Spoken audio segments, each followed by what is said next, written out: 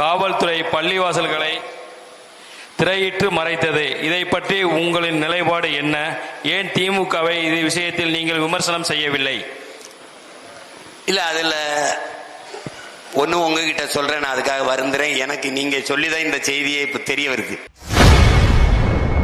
விநாயகர் சதுர்த்தி ஊர்வலத்தின் போது பள்ளிவாசல்கள் திரையிடப்பட்டு மறைத்துள்ள சம்பவம் குறித்து நபர் ஒருவர் எழுப்பிய கேள்விக்கு நாம் தமிழர் கட்சி ஒருங்கிணைப்பாளர் சீமான் விளக்கம் அளித்துள்ளார். ஒரு கேள்வி.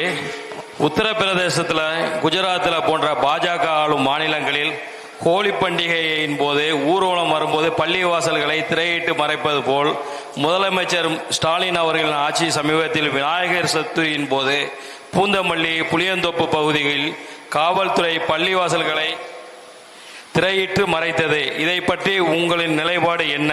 ஏன் திமுகவை இது விஷயத்தில் நீங்கள் விமர்சனம் செய்யவில்லை?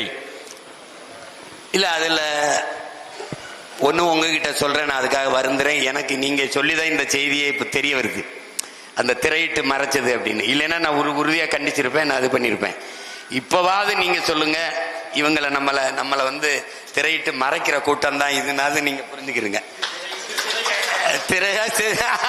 அவன் என் தம்பி சொல்ற மாதிரி திரையிட்டு சிறையிட்டு மறைக்கிறது. நாங்க தான் இஸ்லாமிய மக்களுக்கு பாதுகாப்புன்னு சொல்லுவாங்க. நான் கூட கேட்டேன், 25 வருஷமா சிறையிலே வச்சு பாதுகாக்கிறீங்களே, அதானா? இதை விட தங்கச்சி தெரிஞ்சுக்கிறணும். நீங்க உங்க கேள்விக்கு சொல்றேன், அது எனக்கு தெரிய வரல, இல்லைன்னா நான் கண்டிச்சிருப்பேன். உண்மையிலே அது கண்டிக்கலன்னு நீங்க சொல்லாதீங்க, நான் கண்டிச்சிருப்பேன், அதுக்காக சண்டை போட்டிருப்பேன். இந்த மாதிரி செய்யற செயல்களை சகித்து கொண்டு மறுபடியும் திமுகவுக்கு அந்த அதிகாரத்தை கொடுத்துடாதீங்க. அதுதான் நான் அண்ணன் சொல்ல விரும்புறேன். தங்கச்சிக்கு ஒன்னு சொல்ல நினைச்சேன். அதாவது அது செய்யாதீங்க, அது டிவிக்கே மாதிரி ஆயிரும்.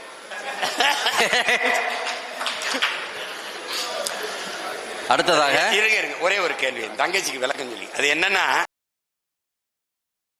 செய்திகளை உள்ளது உள்ளபடி தெரிந்து கொள்ள ரெஃப்ளெக்ட் நியூஸை சப்ஸ்கிரைப் பண்ணுங்க.